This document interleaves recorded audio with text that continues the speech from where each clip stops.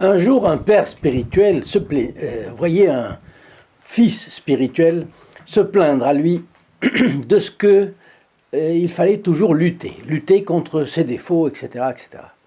Et le père en question a répondu: mais c'est comme ça. Jusqu'à la mort, nous avons un ressort dans la main et qu'il faut toujours comprimer. Et regardez, la vie de l'Église est comme ça. Elle a été une lutte sans trêve depuis notre Seigneur Jésus-Christ jusqu'à aujourd'hui. Combien de martyrs, combien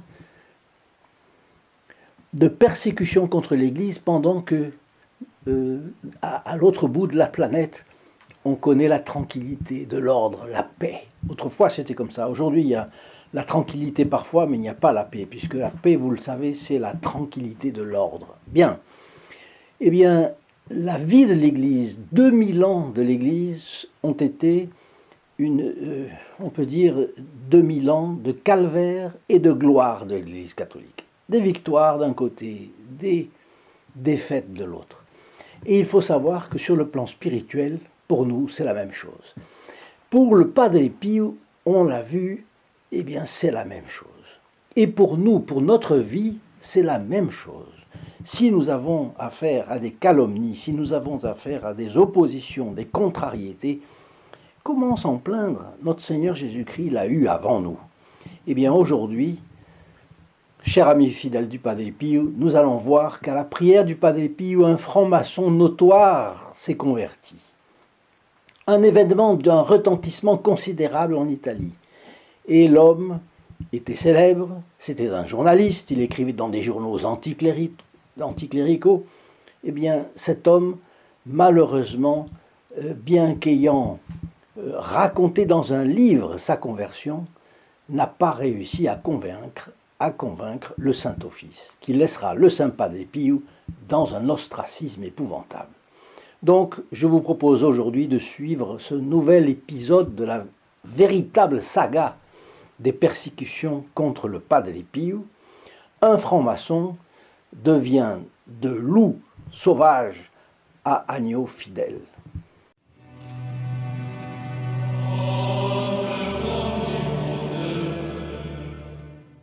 Chers amis fidèles du Padre Pio, bonjour, mon nom est Jean Goyard et vous assistez au programme sur les pas du Padre Pio.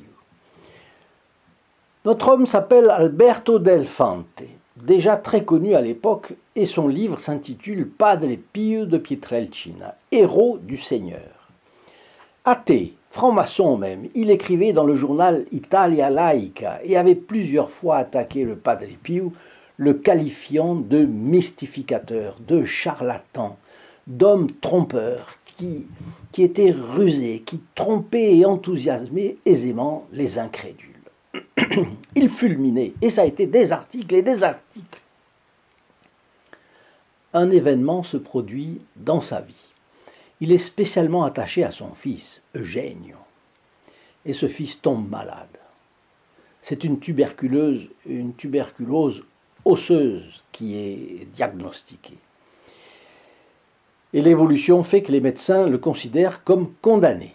Il a des abcès aux reins et les symptômes de tuberculose pulmonaire sont aussi déclarés par-dessus le marché. Là, les choses, évidemment, se compliquent pour l'enfant dont la vie est en jeu et l'espoir de le voir vivre tend chaque jour plus vers zéro.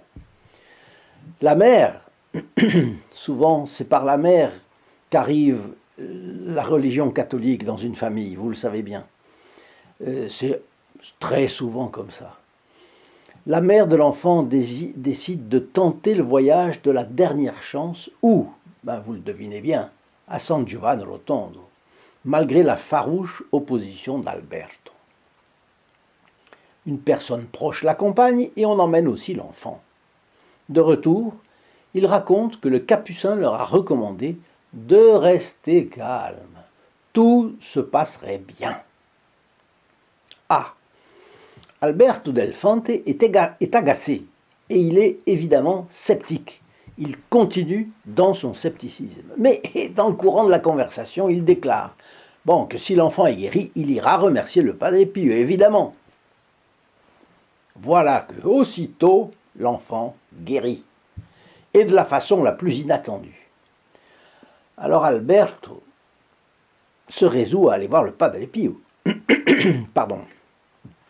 Remarquez une chose, si on ne parle pas du Padre Pio, il n'y a pas de chance, absolument pas de chance, qu'il soit connu.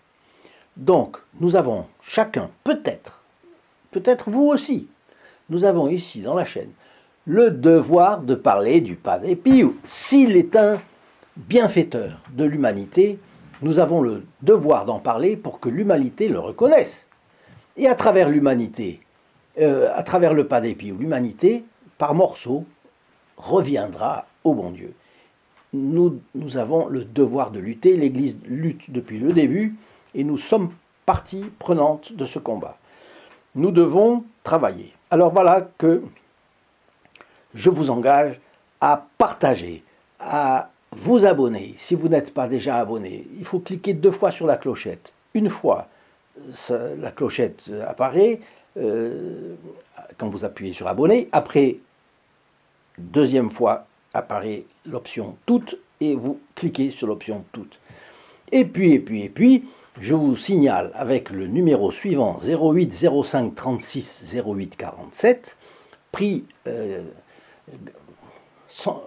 gratuit pour la France, prix d'un appel local pour les dom-tom, et puis depuis le Canada, c'est le 1 844 398 88 67. Donc là, vous pouvez avoir vous inscrire pour une messe du vendredi, vous demandez une photographie du Padre Pio, c'est gratuit parce que nous sommes ici pour diffuser la vie du Padre Pio dans les foyers et y apporter, vous le savez bien, l'esprit de catholique du Padre Pio.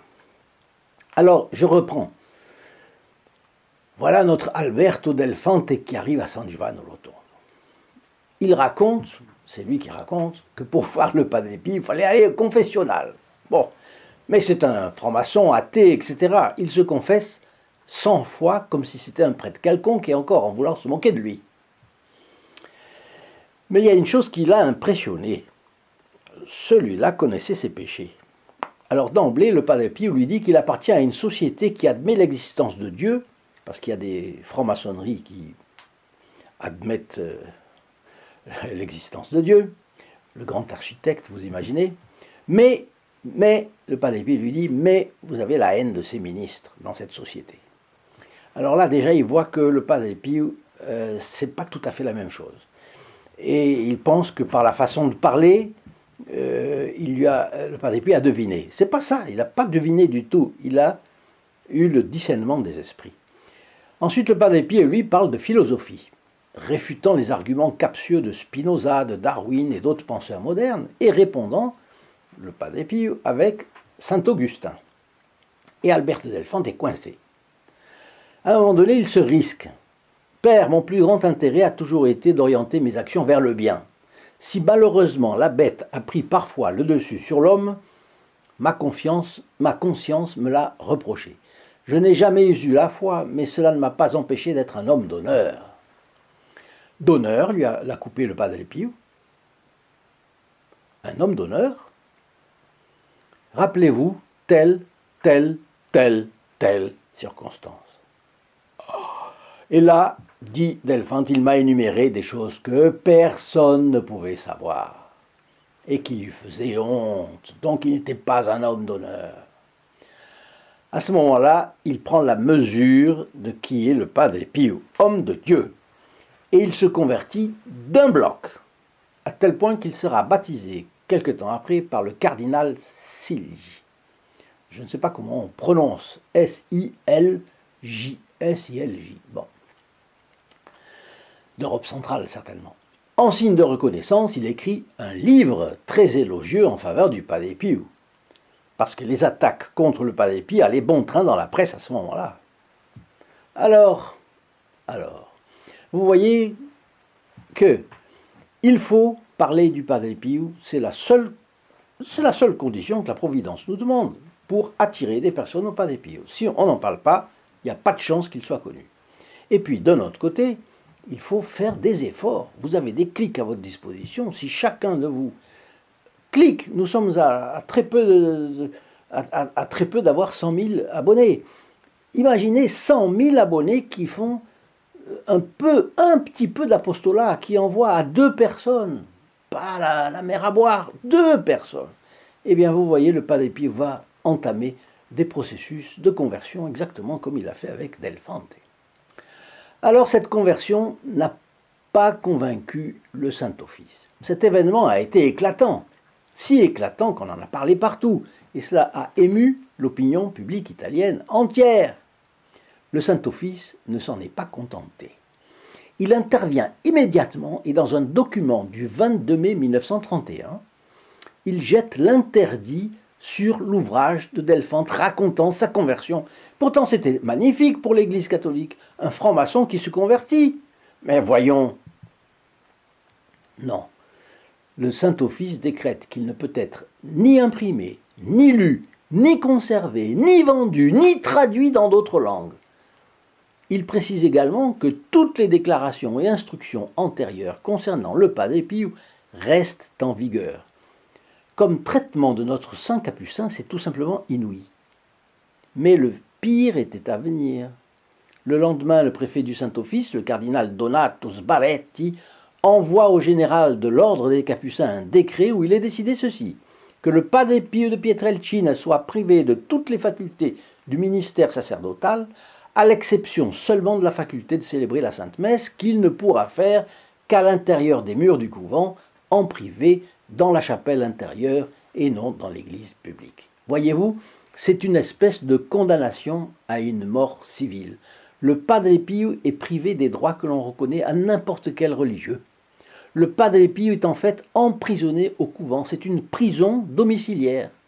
Et on lui interdit d'exercer toutes ses facultés sacerdotales, à l'exception de la célébration de la Sainte Messe. Et encore, ne peut-il la dire que tout seul, bien caché, au fond du couvent? Il ne peut même pas confesser ses confrères à l'intérieur du couvent. On craint son influence sur le public, on le coupe du public. On craint son influence même sur ses frères du couvent, et on lui interdit d'avoir des contacts avec les frères du couvent. C'est incroyable. Et nous verrons dans une autre vidéo comment la divine providence est sortie victorieuse de ces tentatives pour réduire au silence le message qu'elle voulait faire passer à travers le Padre Pio dans la population. Mais d'ores et déjà, ce que je vous demande, c'est de bien vouloir venir me retrouver sous cette vidéo là, dans la description, https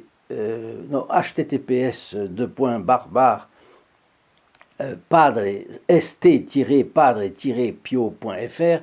Pourquoi? Parce que là, vous y verrez tout ce que peuvent faire les gestes militants que opèrent les protégés du Padre Pio. Et deuxièmement, vous y verrez tous les avantages spirituels que ces protégés du Padre Pio en retirent. Mes chers amis, je vous souhaite une très bonne journée et surtout un très bon partage, une très